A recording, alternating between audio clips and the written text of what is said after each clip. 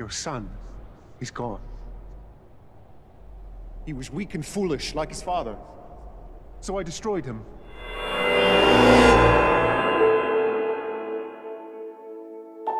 What we are witnessing here is the return of Titans.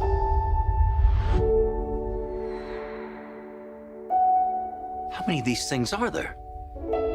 17 and counting. That's messed up. Hello and welcome to the Weak and Foolish Movie Podcast. My name is Mike Tang, and with me is Joe Bang. Job Ang. And welcome to our 6th episode of our podcast. We will be discussing Godzilla, King of Monsters. And for those of you wondering why we're doing this so late, Godzilla came out several weeks ago.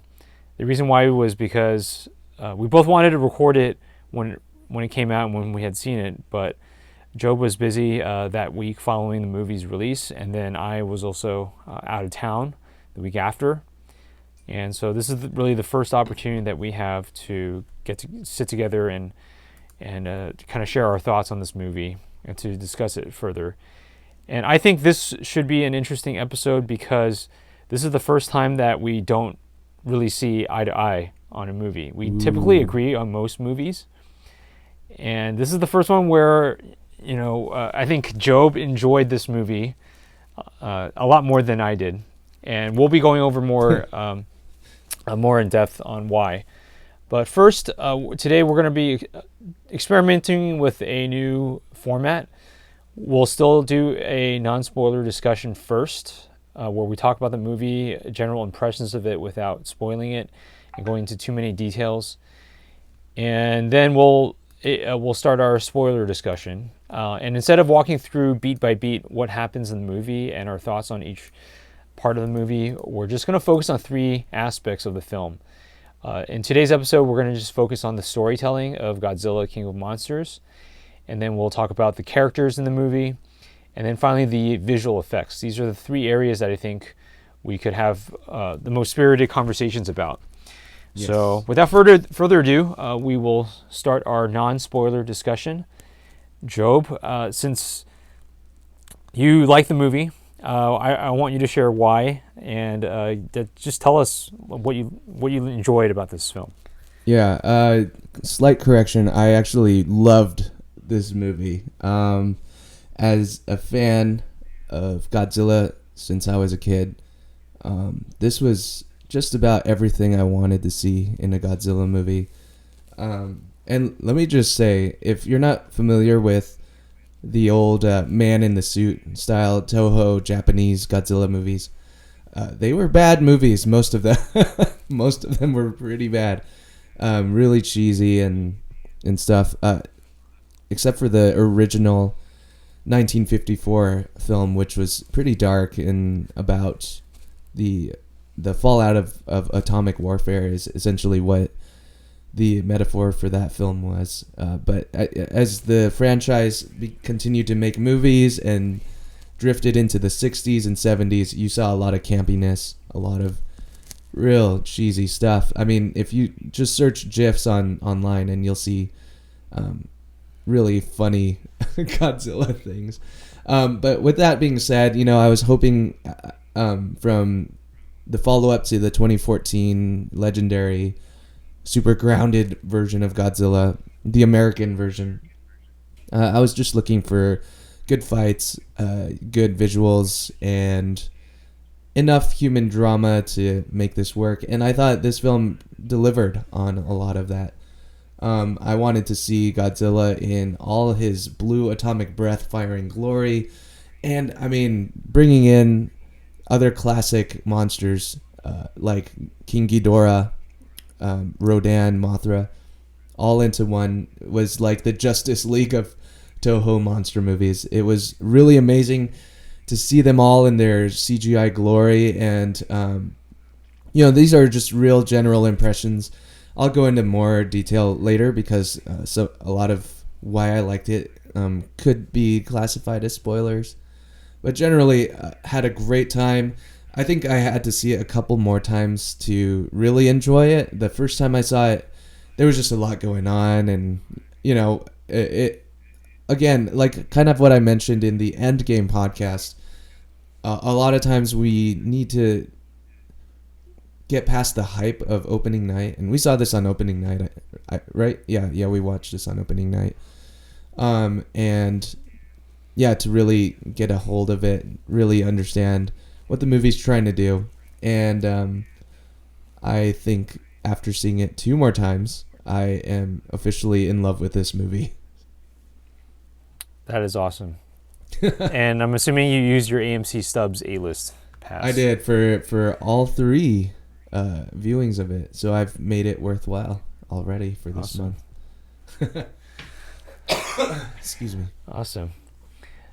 All right, so when you had said that Godzilla breathes out blue flame, I didn't know that. I thought he breathed out fire like a dragon. And that goes to show just how big of a fan of Godzilla I am, which is basically I have no background on Godzilla. The first Godzilla film I've ever seen was the 1988 Roland Emmerich Godzilla film. A masterpiece. Trash film. I mean, there were some parts that were. I like the build up to that movie. The advertising and marketing for that movie was amazing. I just remember, there was like that trailer where there was a teacher talking to his students in the museum, and you see like the T-Rex, and then Godzilla's foot just breaks through the roof and then steps on the T-Rex to show you the scale of how big he is. And it said from the makers of Independence Day. I was like so much hype because Independence Day was my favorite movie. And the movie was a letdown when I saw it in 8th grade. I was disappointed. It was kind of a silly movie. For some reason, Roger Ebert and Gene Siskel were in the movie as characters. Oh my goodness, you're right. Yeah. Roger Ebert was. Yeah, I mean they were my favorite movie critics at the time, and seeing them as characters in the movie, like. It was really confusing. I'm like, is this movie trying to be serious or like, is this trying to be a comedy? I don't get it. Anyways, so my thoughts on Godzilla, King of Monsters, and I guess to just explain my thoughts, I want to talk about something that my friend once told me. He's a fellow film buff, and he told me that he deems a movie as good if it is successful in being what it is trying to be. Shout out to my friend Frank Gunn. There was a period of my movie-going life when I think I was really hypercritical of movies. I'll go into a movie and I would rip it apart because it wasn't up to a certain standard of storytelling. So, for example, like Fast and the Furious, I was judging those movies with the same criteria I used to judge movies like Memento or Lost in Translation. So as a result, I wasn't really enjoying a lot of movies, and I actually wrote a bunch of them off because I was watching them through this unfair lens. And I think what my friend Frank said, it really opened my eyes up to see movies in a different light.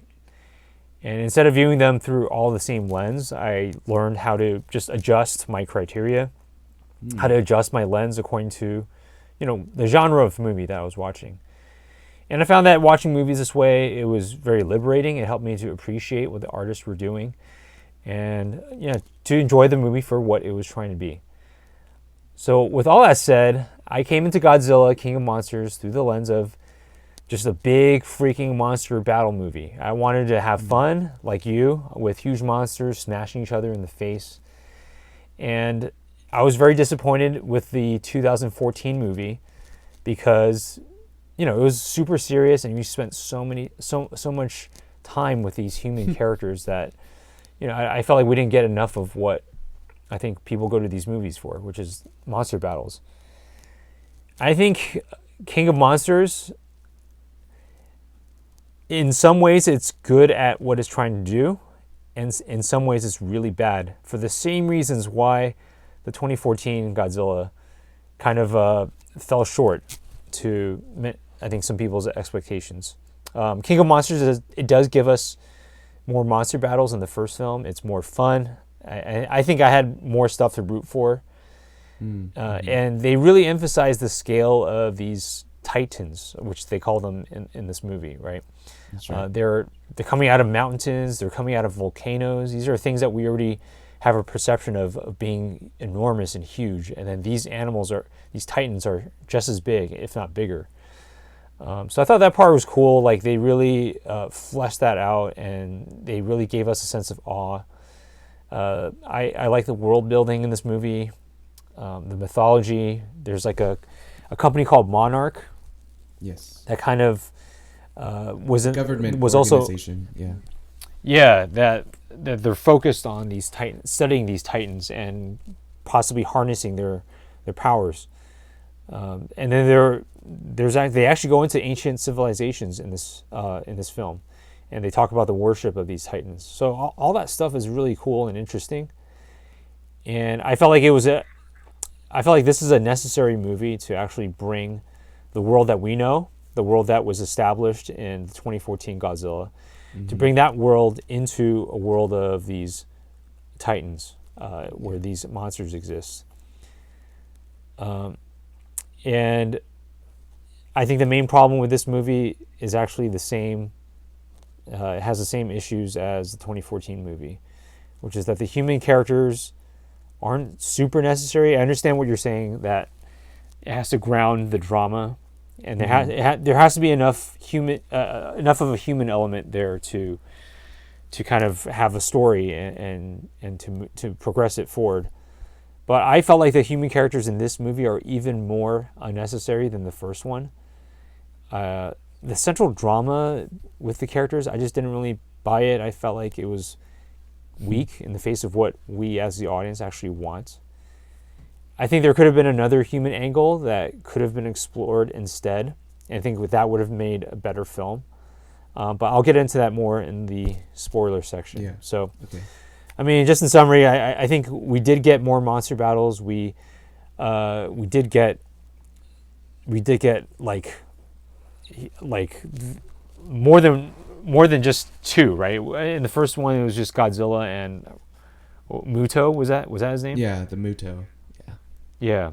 So we had two monsters in the first one, but this one I felt like we had dozens, and they were like rattling off names that I've never even counting. Yeah, I mean, I'm sure you know all of them. It's kind of like, I felt like watching this movie, sitting next to you, it was kind of like watching Pokemon, Detective Pikachu, next to a Pokemon fan. Because there's just so much mythology and so many characters that I think if you're a fan of this universe, you'd be appreciating a lot more of it. But, I don't know anything about Pokemon. I know like maybe 2 or 3 Pokemon. And so most of that movie, I wasn't too big of a fan of. And I think my viewing experience of Godzilla King of Monsters was kind of similar to that, because I don't have as much of a prior knowledge. That's totally fair. And it makes me wonder, like, there's a lot of these niche fan base blockbusters that have been coming out lately. It makes me feel like, are these as bankable as the studios think they are? Do you know what I mean? Yeah, like, that's a really good point. Yeah, like Pokemon, on paper, that sounds like box office gold, like, because of the worldwide phenomenon in the 90s of Pokemon. And Godzilla, it's like, dude, Godzilla's been an icon of cinema since the 50s, But, like, yeah, they appeal very much to the hardcore fans. And it makes me wonder, are these actually worth it in the long run for studios? I'm coming from a studio perspective, Right, for sure. So, what do you think of that? I think, I totally understand why they would want to make a movie like Pokemon or like Godzilla King of Monsters, because there's such a huge built-in fan base. But if I were a studio, I think I would bank on these properties, because especially Pokemon, like given just how huge Pokemon Go was, people were going out and that's true. That's true. Yeah, they were going into public areas trying to catch Pokemon. I think maybe if Detective Pikachu came out during that craze, maybe we would have seen a higher box office gross. Mm-hmm. But it kind of came like 2-3 years too late. Detective Pikachu right now, I'm looking at Box Office Mojo. It's currently at 141 million, which is not bad, but it's actually a very solid gross. But I was expecting something over 200 million domestic. Yeah, that's actually surprising. I haven't followed the box office for that movie, and yeah, that seems low. That seems low. Yeah, and it's against the budget of 150 million without taking into account marketing. So Probably didn't currently break it's at even. it's at 421 million worldwide. So not quite the phenomenon that we thought. I think it would something like that would be. Yeah, I felt like it was going to be a healthy 600 to 700 worldwide, maybe. Right. Yeah. And notably, bringing it back to this movie we're talking about, it's doing better than even Godzilla is doing. Godzilla is really floundering locally. I think it's below 100 million still, and it's been 2 or 3 weeks now. It's at 96 million. Oh my goodness, yeah. It might barely eke over 100 domestically, but it's not doing great worldwide either. So yeah, besides, all this stuff we've been talking about story-wise, it feels like this film is also something that's not doing well at the box office. I think the problem with a movie like Godzilla King of Monsters and Detective Pikachu is that it assumes its audience is familiar with the property. Yeah. And I think most people going into these movies, are, like at least the opening weekend, is most of them are fans. But then, if you want longer legs with box office, and if you want to capture more of the audience, I mean, you have to earn a place with the audience. You have to get them interested and invested in these characters. And I think that's something that the Marvel Cinematic Universe did so well, is that, a character like Ant-Man or Doctor Strange, they're kind of like sea level, bottom of the barrel type characters that most people haven't heard of. My wife, I kind of use my wife as, we should use our wives as a gauge, because yeah. I mean, they're not nerds like us, So for these Marvel characters, I mean, even Iron Man, my wife didn't know who Iron Man was until she saw the movie. Yeah, I didn't either, so, to be honest. Oh, really? Yeah. Well, I mean, now everyone knows who Iron Man is. Like, Iron Man 3 was like $1 billion grossing movie. So you don't get to that point without telling a good story that gets you invested emotionally in these characters. Right. And I think, Pokemon, and I think the problem with these movies is that their characters are not human, so they don't talk. So, right. It's trying to get us invested in these human characters who aren't even the main focal point of these movies. Right. And so I think that's a really difficult. It's a difficult task to try to earn earn emotions with your audience when your main character is just a creature. Right. So this probably speaks to a flaw in the approach of the storytelling of these films, which actually probably dovetails into the next part. Do we want to just go ahead and dive into the storytelling part of the movie? Yeah. Let's talk more specifics. So, spoilers section starting now. Job, why don't you tell us about what you thought of the storytelling of Godzilla King of Monsters? Yeah, I know we just spent like 5 minutes trashing the storytelling approach. But I actually found upon a repeat viewing that I actually liked the humans in this story. I know it's kind of crazy. Interesting. But they kind of lent a levity or like a lightness to the story, and kind of helped us to feel sort of like, what would we do? How would we act if these giant ancient titans suddenly emerged again?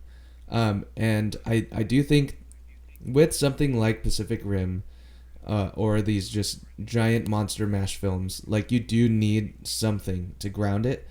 And yeah, like the family drama with Millie Bobby Brown, Kyle Chandler, and Vera Farmiga was pretty contrived, pretty cliche.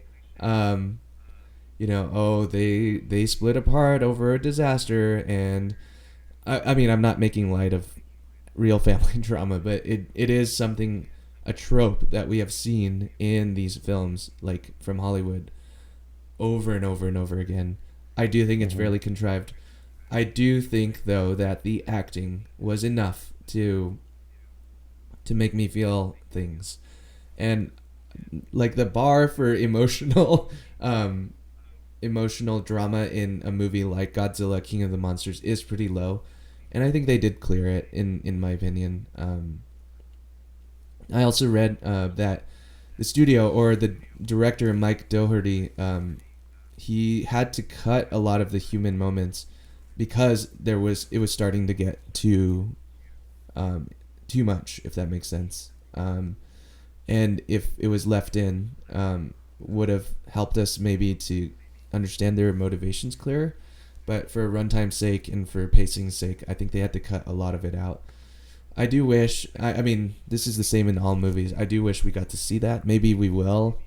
But it was enough there for me personally to enjoy it. Yeah. I understand what you're saying about, having stakes and drama with humans. I feel like the movie has to make it plausible, though, to make its care. In the human aspect of this movie, I just felt like it was, you mentioned tropes, and I just felt like, yeah, it's a bunch of tropes just thrown up on the screen. Yeah. It's almost like a computer script writing program just turned out like these tropes using a mathematical formula, and it's like a machine's way of computing the way to get humans to feel something in a movie is to have like X, Y, and Z. Like there's a loss of a child. Kyle Chandler and Vera, what was her last name? Farmiga? Yeah. Mm-hmm. Yeah, Vera Farmiga. I mean, they had a child that was lost during the Battle of San Francisco in the first film. Right. And then because of that, their family relationship is fractured, and then this motivates each of the characters. It turns one of them bad, the other one good. Vera becomes a bad guy. She wants to unleash the monsters on the world. Kyle Chandler is a reluctant good guy. So, I feel like good movies have used these tropes before. And I think the problem is that it's just been used far too often. That, we could use something else. Like, you can find other tropes that aren't used as much, and then, try to focus on that. I don't know. Like, in my opinion, I feel like the most interesting character in this movie is actually Ken Watanabe. Yes. And his quest to uncover the mystery of the Titans. Yes. So I feel like this movie is very mythology heavy, which is one of the things that I did appreciate about it. Like, if he was the main character, maybe have him and Sally Hawkins be the main character. Yes. Main characters, and then focus on their relationship and about their struggle with this other group that is trying to unleash the monsters. Like, that would have been like enough sufficient human drama while also still remaining pertinent to the monsters, to Godzilla. And I felt like that if the movie had approached the human characters from that angle, I think maybe I would have cared a little bit more about the film. Yeah, I completely agree. I actually was hoping after the first Godzilla in 2014 that Ken Watanabe and Sally Hawkins would have leading roles in the next one, because I was really interested in what they had to say, what their approach as part of kind of like a shadow organization in the government has to say or has to do with these creatures. Yeah, right. I was really hoping for that, and we did get to see a good amount of it. However, it did get sidelined again by this family, and I get it. Like, families are more relatable, families are more relatable than scientists in a cryptozoological like organization, but it's not as Right. interesting anymore. And I feel like it would have lent a lot of good pseudoscience, and grounding to what's already a really great mythology that's been set up. But all of that said, I did feel like the family's story was enough for me. Again, it's this is resounding praise that it's enough, barely enough to get to Right, please me, But yeah, I liked it. It's kind of an idea of these two parents who suffer great loss, and we get a look into how they approach tragedy.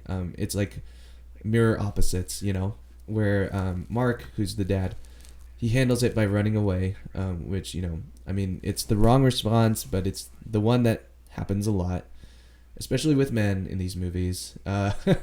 And then Emma, the mom, handles it by doubling down and just burying herself in work. It kind of is a relatable thing. Some people respond by just completely drinking their sorrows away or just running away. And others like work even harder, and they like bury down their emotions and their feelings by working, and the mom, Emma, goes into this by then turning to mercenaries for answers, to like release these creatures again.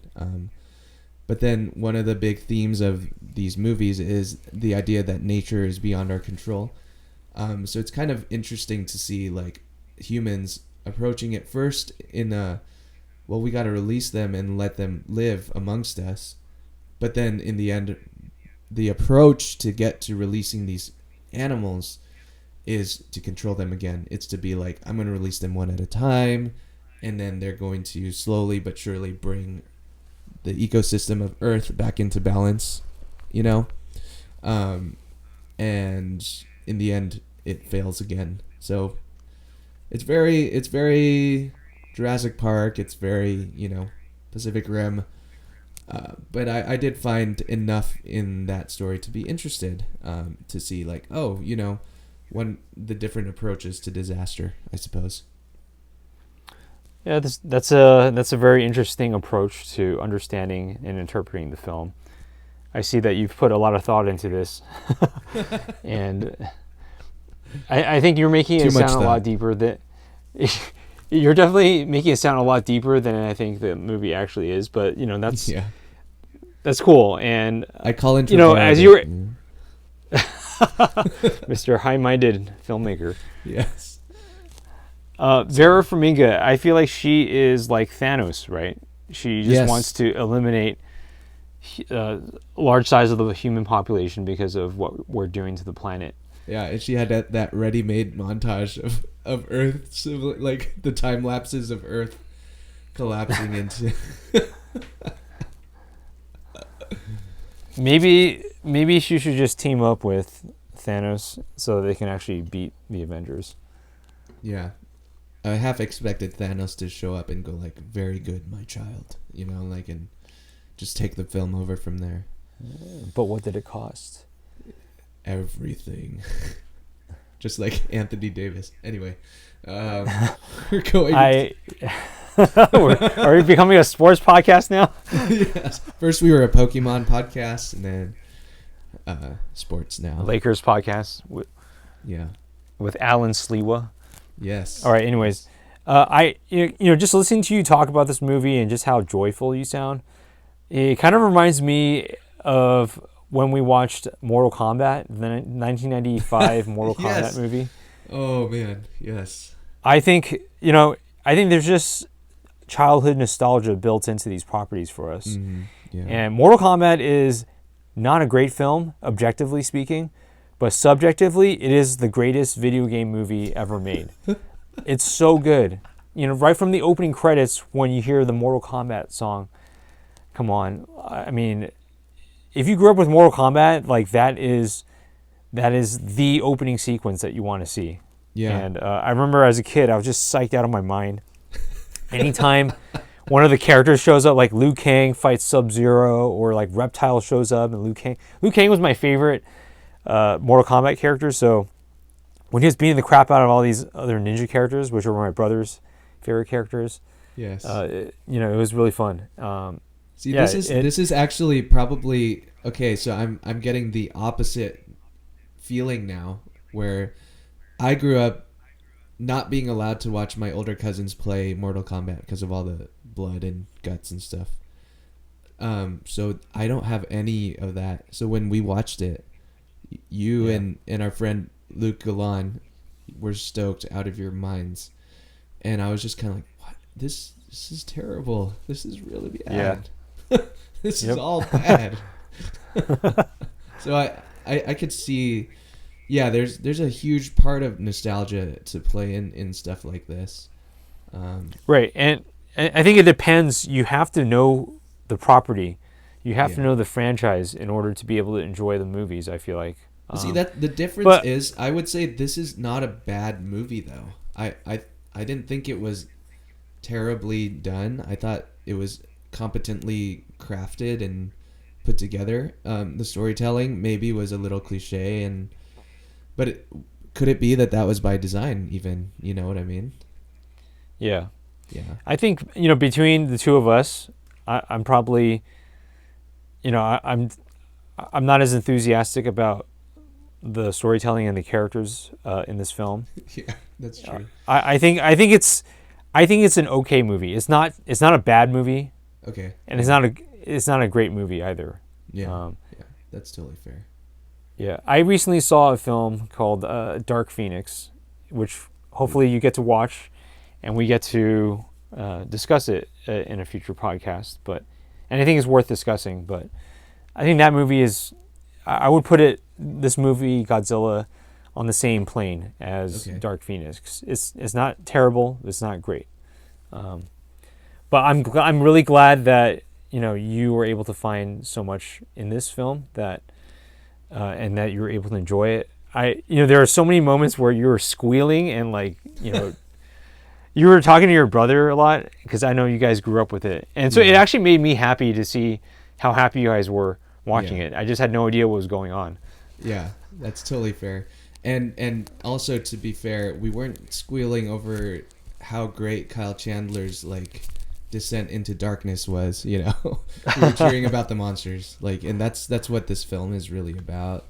Right. I'm not gonna sit here and tell you with a straight face that it was a great human drama. It wasn't Nolan directed these or anything. You were able to find deeper meaning though throughout the film, and some commentary in it. So that that's good. I need to rewatch Mortal Kombat through that lens and try to find some. I'm sure you're gonna find a lot of great nuance in that. Yeah. It's a very multi-layered film, I'm telling you. Dude, Lord Raiden, why is his voice like that? What childhood trauma did he go through, so that his voice just came out very strangely? Maybe he got beat as a kid, or I don't know. He just it's too much playing with electricity and thunder. Let's talk about the monsters in the movie, the visual effects. Yeah. We've been talking a lot about storytelling and characters. Sorry, is there anything else you want to say about the storytelling before we move on? No, go ahead. Yeah. Okay. There are a lot of visual effects in this movie. Obviously, these aren't the people dressed up in costumes type of Godzilla movie. It's all CGI. And I really like the trailers and how they portray the scale of these monsters. But as I watched the movie, I didn't like how the battles are always in the dark, and they're always in rain or snow, and it's windy conditions. Yep. I felt like it actually obscured the action and got in the way of us being able to see clearly what was going on in the battle. The camera was really shaky a lot of the times too, so that added to some more of the lack of clarity, I think. So annoying. And I feel like it was. And I think visual effects and CGI, they've come such a long way that they should be able to give us clear monster battles in broad daylight. This is the same problem I had with Pacific Rim, a movie that I loved and really enjoyed, but so much of the action was at nighttime in rain. It's like, dude, just bring the action into the daylight. It's fine. Like, we got to be able to see the action. And I think this reminds me of the difference between American fight choreography and Asian fight choreography. If you watch American movies and their fight scenes, they're usually closer up because the actors aren't able to, they don't actually know how to fight. Right. Whereas in Asian action movies, like, you see everything. They're all wide shots, way more wide shots than close-ups. And most of the time, the camera is very stable, and it just follows the action wherever they move. Yeah. So, with all that said, like, really great monster action is just, I just hope if they make another one of these, like, let's have some battles in the daytime. Yeah, I agree. I'd love to see it during the day. It's weird because like you said, I do think they have the technology and the budget these days to really animate these during the daytime and give us something a little different. At the risk of giving the filmmakers another pass, I would say it could just be that they wanted to tie these titans to the elements. There was a lot of that where these titans affected the weather, affected their surroundings and their environment, much like the Greek monsters. In Greek mythology, the titans were these like godlike beings. In fact, they were gods that influenced the weather, influenced the environment, the earth, the elements, and these monsters all are tied to different parts of the elements as well. And it could just be that they decided to shroud them in rain and such because of the type of creatures they are, like Ghidorah with his electrical storms and the tropical storm that traveled really fast, and Rodan is a fire related creature that comes literally out of a volcano, and Godzilla being of the sea. And I just think it's possible that they could have done it in the daytime, but decided it would kind of lend more awe-inspiringness to these creatures to have them battling it out amongst the elements. It could be that, but I agree with your other qualms. Like, give us less shaky cam, please. Like, enough. Like, this needs to stop. It's like a trend in Hollywood filmmaking that needs to end.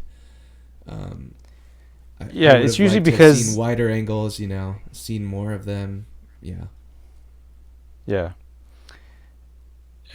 I can see why they use shaky cam for like a live action fight scene with human actors, but right. These are like CGI monsters. It doesn't need to be shaky cam.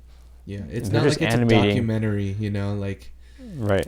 They add shaky cam to give it some realism, but come on, like, there's not a camera right up in Godzilla's face, like, just lean into the like not realisticness of it all.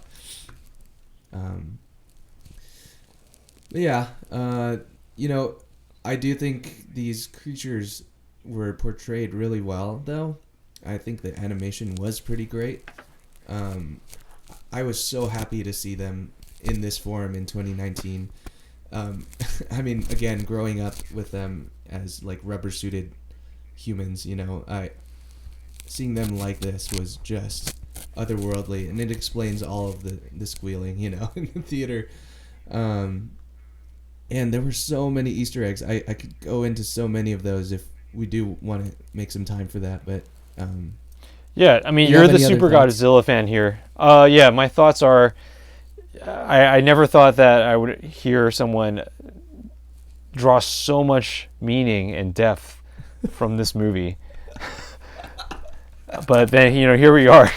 I just heard you connect Godzilla to Greek mythology. Yeah. And that's what they were trying to... Yeah, that's... Are you familiar with Greek mythology or not really? I mean, I know of it, but not to I guess not as deeply as you are. Yeah. As I push my glasses up my nose, literally right now, as a homeschooler, I studied Greek mythology for an entire school year, and became really familiar with all these characters, and for example, I think what Mike Doherty was trying to do is actually to tie these into the legends, the myths. For example, there's a creature called the Hydra, which is a multi-headed dragon that Hercules actually slays, and you see it in the Disney movie, which is super accurate. Anyway, each time a head is cut off, a new head takes its place, and you see that happen in this film too. Remember when Godzilla ripped the head off of one of the heads, or one of the necks of Ghidorah, and then it grows back. And then, like you said earlier, we see a lot of ancient civilization ruins where they worshipped these creatures as gods, in a way, mythological gods.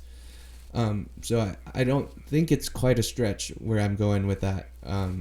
I do think it was intentional. Yeah, I'm just teasing you. Oh yeah, okay. I just spent 5 minutes exposing how nerdy I am, and I think that worked. I think Warner Brothers and Legendary Pictures, they need to hire you as a spokesperson. The spokesperson. Yeah. For just explaining how meaningful these stories are to modern civilization. Yeah. Each. Yeah. So. All right. Do you have any other final thoughts on Godzilla, King of Monsters? I do. Seems like you love the film. I love the movie. Yeah. I want to call out some homages for anyone listening who might be a big-time Godzilla fan like myself. If that's cool with you, do we have time for that? Of course. Yeah. Of course. Okay. You're the super fan, so this is your moment. All right, here we go. I'm adjusting my glasses again. So the filmmakers honored the history of these characters so well. For example, Godzilla has always been a sea-dwelling creature, a creature that came from the ocean to wreak havoc. And so we see that his underwater habitat is literally under the water, which is great. Ghidorah has always been an alien from outer space, which we find out in this film too. That Ghidorah doesn't answer to the ecological rules of Earth because he's actually not from Earth. Mothra is a symbol of the circle of life, coming from an egg and then giving its life. And then we actually see in those news clippings in the credits that they found another Mothra egg, which is a homage to how it's always been in the franchise. And Rodan lives in a volcano, which is where the original iteration of Rodan came from, which is really cool. And then let me go into the two fairies. So Zhang Ziyi's character is actually twins, which was a really subtle way to call back. So in the old movies, Mothra has these two tiny girls, these fairies that kind of are like priestesses for Mothra. And we find out in this film that there are twins. There are these Shobijin, which are like these twins, priestesses, or like caretakers of Mothra. And so I freaked out, and then so that was kind of cool. Can we just say how can I just say how unclear that was in the movie, that Zhang Ziyi had twins? Yeah, it wasn't meant to be like, hey, look, there's it's like an Easter egg. It was basically an Easter egg. But yeah, it was unclear. It was more confusing because Zhang Ziyi, in one scene, she's in a flying ship on the other side of the world near like Mexico or something, and then it cuts to China, and then Zhang Ziyi's there in China, outside of this like pyramid, and I was like, wait, how did she get here? Yeah, but she had a different name. They called the one in China a different name, and she had long hair, whereas the other Zhang Ziyi that we'd been following the whole movie had short hair. But I mean, it is subtle. It's not made clear, and I do think maybe a few lines of extra lines of dialogue would have really made that clear to everyone else. Yeah. I mean, you mentioned that some human character scenes were cut out of the movie. I'm wondering if there were more scenes explaining that. It's possible. I'm gonna do a few more, and then we'll call it a day. The oxygen destroyer, which was the missile that the U.S. government used to kill the creatures. Do you remember that part? Yes. Yeah. So that's actually a callback to the original weapon used in the 1954 movie. That actually kills Godzilla in that movie. Spoiler alert for a 70, 80-year-old movie. So it was a cool little callback, inconsequential to the plot. I mean, it served its own purpose, but I thought that was really cool. Ken Watanabe's character's name is Serizawa, which is the name of the scientist who develops the oxygen destroyer in that first movie as well, and heroically gives his life to save the world as well. So I thought that was kind of cool.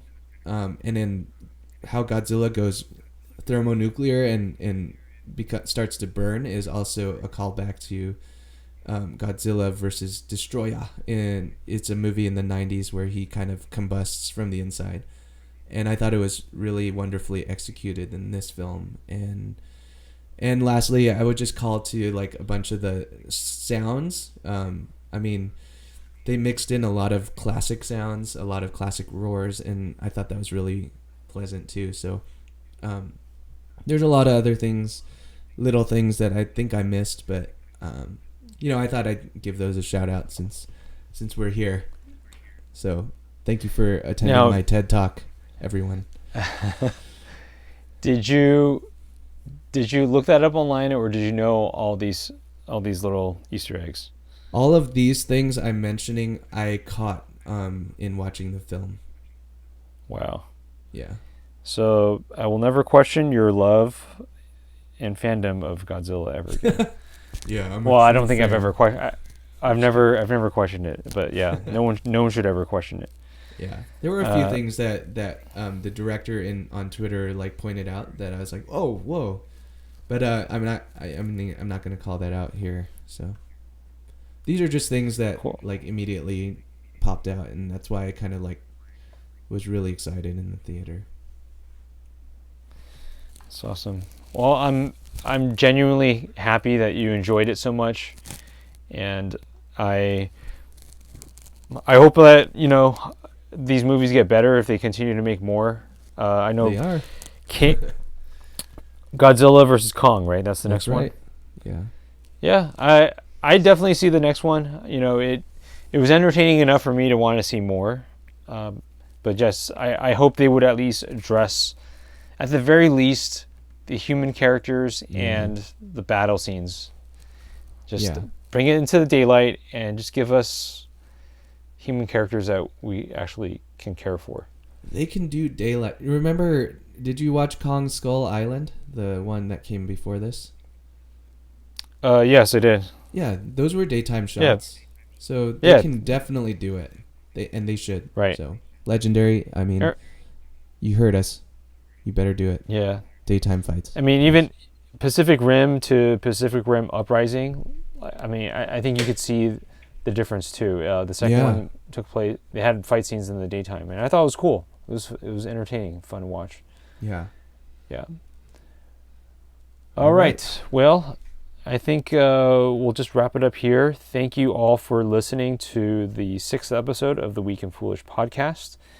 Please stay tuned for the summer. We will be reviewing or discussing more movies coming up. And we may do maybe an episode where we kind of go through just really quickly a bunch of movies that we were able to see, but we're not going to dedicate like an entire episode to that movie. So yeah, stay tuned. Thank you for listening, and we'll see you next time. All right. Thanks, everybody.